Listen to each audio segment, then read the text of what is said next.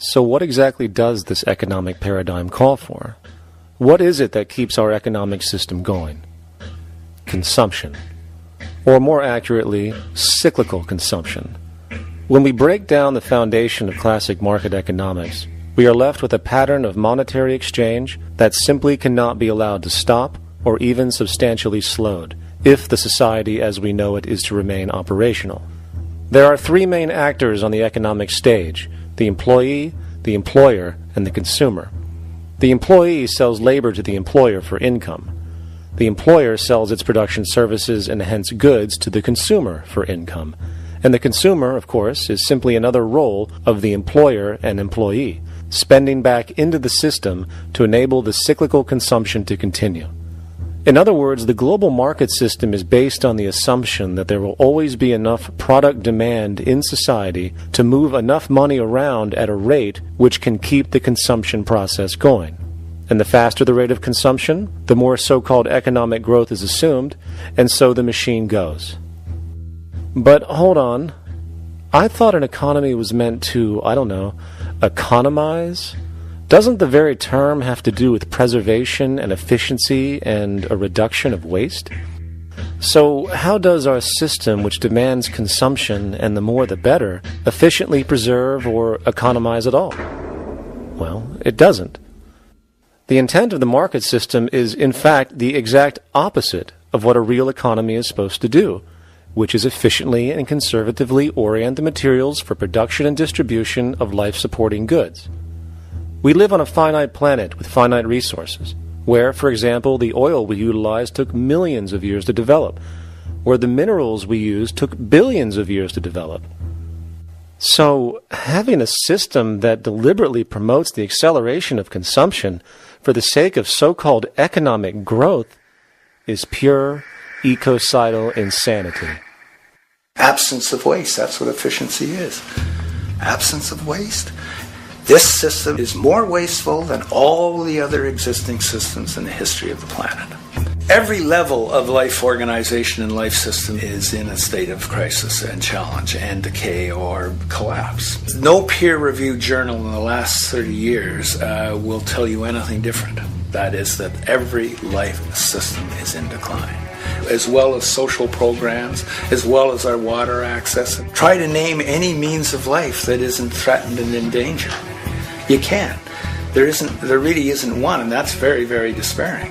But we haven't even figured out the causal mechanism. We don't want to face the causal mechanism. We just want to go on, that's what insanity is, where you keep doing the same thing over and over again, though it clearly doesn't work. So you're really dealing with not an economic system, but I would go so far as to say an anti-economic system. There's an old saying that the competitive market model seeks to create the best possible goods at the lowest possible prices. This statement is essentially the incentive concept, which justifies market competition based on the assumption that the result is the production of higher quality goods. Where did this all begin? What we have today, really a world in a state of cumulative collapse. You get it started with John Locke. And John Locke introduces property, and he has three provisos for just private right and property. And the three provisos are that there must be enough left over for others, and that you must not let it spoil, and that you, most of all, must mix your labor with it.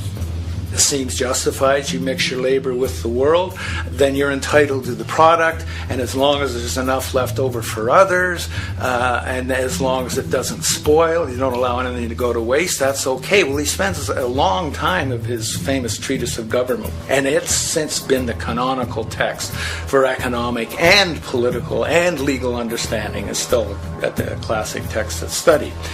Well, what he did is, after he gives the provisos, and you're almost thinking at the time whether you're for private property or not, he's given a very good and plausible and powerful defense of private property here. Well, he drops them.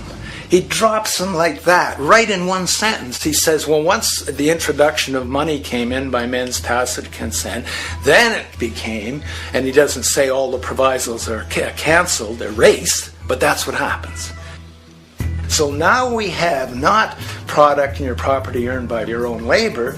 Oh no, money buys labor now. There's no longer a consideration of whether there's enough left over for others. There's no longer a consideration of whether it spoils, because he says, well, money's like silver and gold can't spoil, therefore monies can't be responsible for waste, which is ridiculous. We're not talking about money and silver. We're talking about what its effects are. It's one non sequitur after another. Just the most startling logical legerdemain that he gets away with here. But it fits the interests of capital owners. Then Adam Smith comes along, and what he adds is the religion to this. Locke started with God made it all this way. This is God's right. And now we get also with Smith coming along and says it's not only God's, I mean, he's not saying this, but this is what's happening philosophically in principle. He's saying it's not only a question of private property. That's all now presupposed, is given. And that there's money investors that buy labor, given.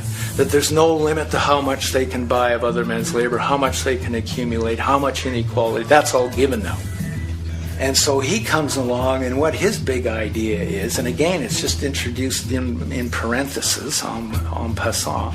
You know, when people put out the goods for sale and others, you know, the supply, and other people buy them with the demand and so forth, how do we have supply equaling demand or demand equaling supply? How can they come into equilibrium? And that is one of the central notions of economics, is how do they come into equilibrium?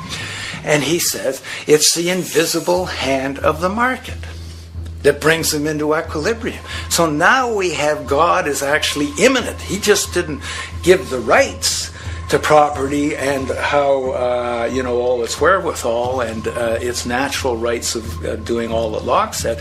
Now we have the system itself as God. In fact, Smith says, when he talks, and you'll never find this quote again, I have to read the whole of the Inquiry into the Wealth of Nations. He says, the scantiness of subsistence sets limits to the reproduction of the poor, and that nature can deal with this in no other way than elimination of their children. So he anticipated evolutionary theory in the worst sense. This is well before Darwin. And so he called them the race of laborers.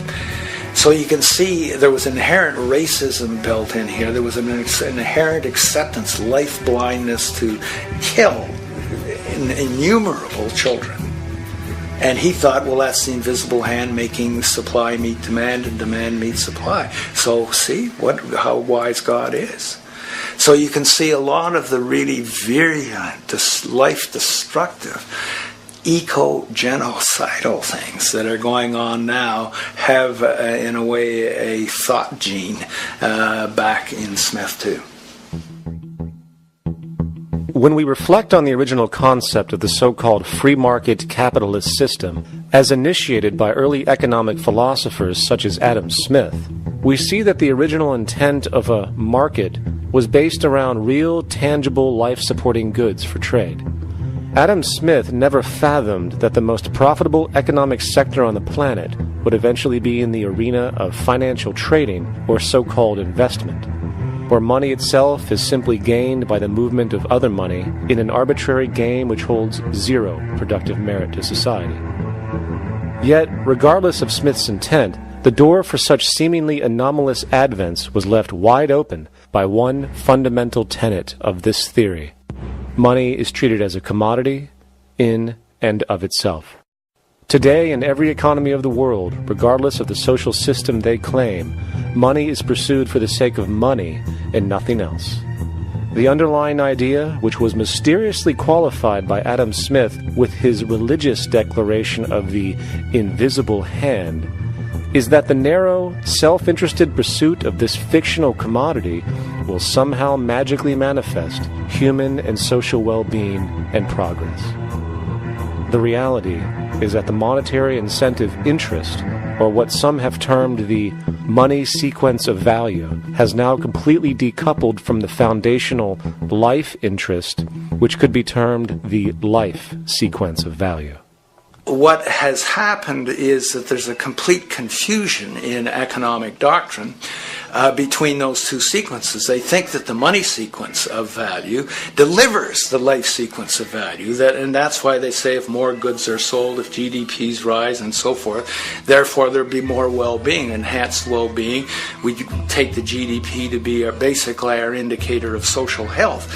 Well, there you see the confusion. It's talking about money sequences of value, that is all the receipts, all the revenues that are derived from selling goods, and they're confusing that with life reproduction, so that you have built right into this thing from the beginning is a complete conflation of the money and life sequences of value. So we're dealing with a kind of structured delusion that becomes more and more deadly as the money sequence decouples from producing anything at all.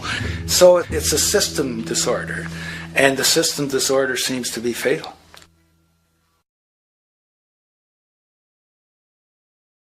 There's an old saying that the competitive market model seeks to create the best possible goods at the lowest possible prices. This statement is essentially the incentive concept, which justifies market competition based on the assumption that the result is the production of higher quality goods. If I was going to build myself a table from scratch, I would naturally build it out of the best, most durable materials possible, right? With the intent for it to last as long as possible.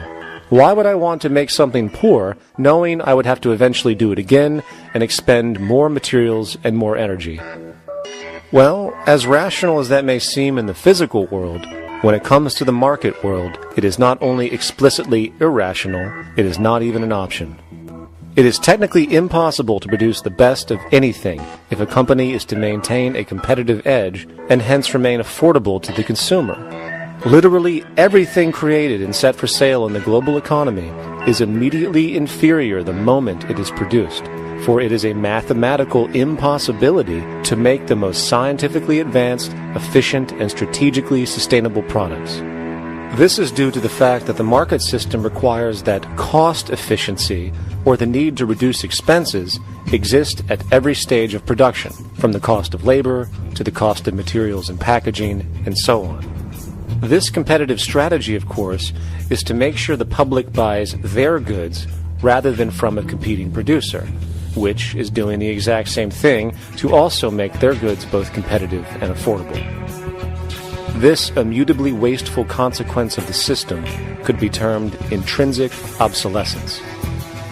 However, this is only one part of a larger problem. A fundamental governing principle of market economics, one that you will not find in any textbook, by the way, is the following. Nothing produced can be allowed to maintain a lifespan longer than what can be endured in order to continue cyclical consumption. In other words, it is critical that stuff break down, fail, and expire within a certain amount of time. This is termed planned obsolescence. Planned obsolescence is the backbone of the underlying market strategy of every goods-producing corporation in existence.